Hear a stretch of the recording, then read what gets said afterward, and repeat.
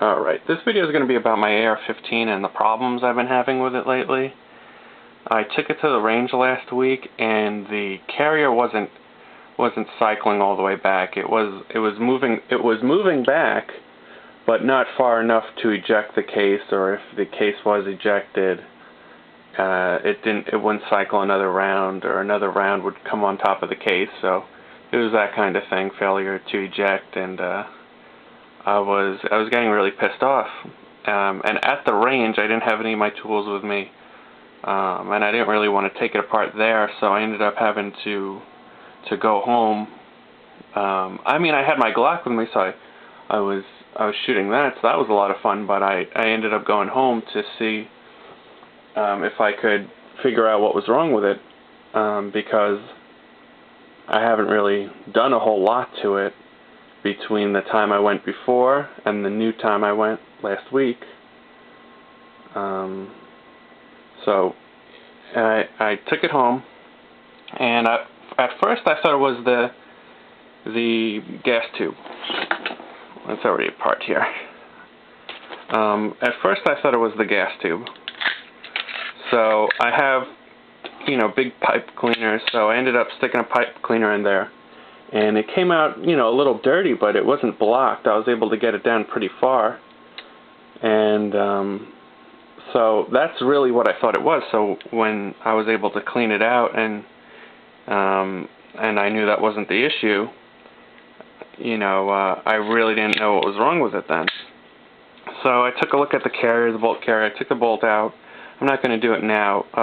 Well, actually I will, because I want to show you something. Let's see if I can get it out. There we go. Now, I thought it was these washers that are on the actual bolt.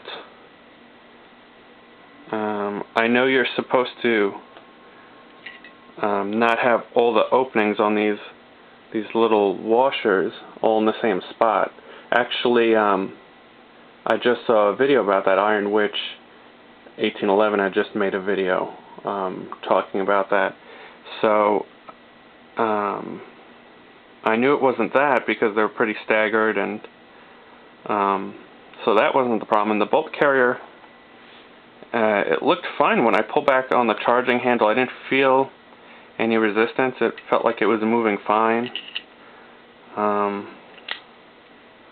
So I was kind of running out of options. I was really trying to figure out what it could be.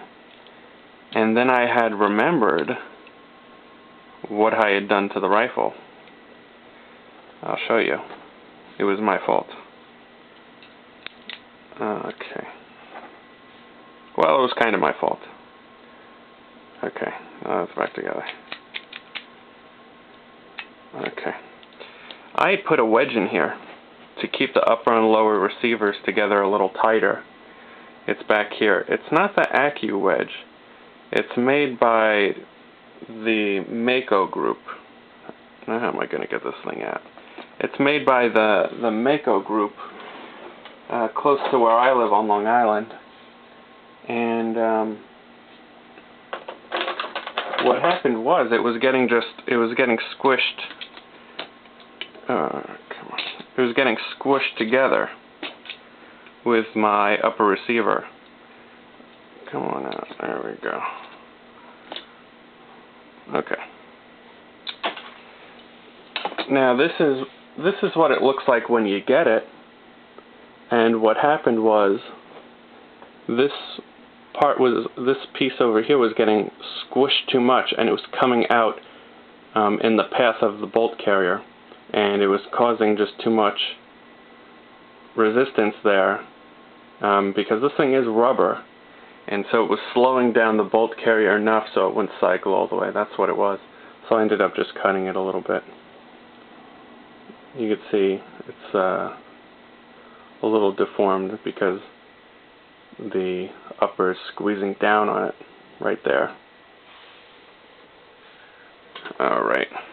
So that's what the problem was. A little simple problem. I wish I would have known at the range. I could have just cut it there, and I could have gotten rid of all my problems, but I didn't know about it.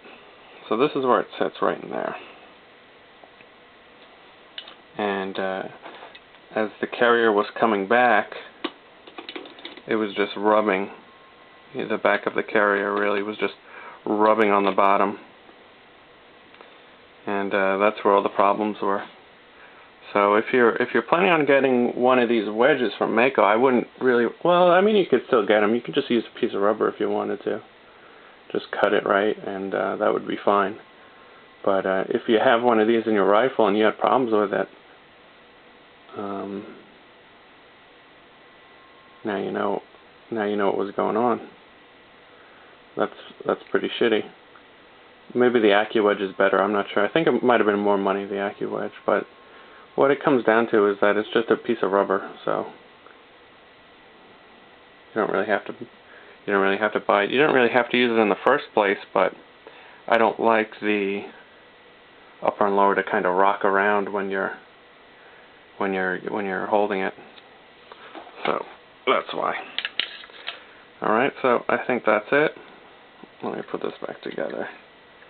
So other than that, I never had any other problems with it. You know, it's a pretty reliable rifle. A lot of people say it's a dirty rifle, which it is. I mean, it's a pretty dirty rifle just because you have so much stuff coming down the gas tube into the carrier. But with regular maintenance, regular cleaning, it'll function just fine. I think it's a great design, very accurate rifle too. Alright, so I think that's it. Thanks for watching.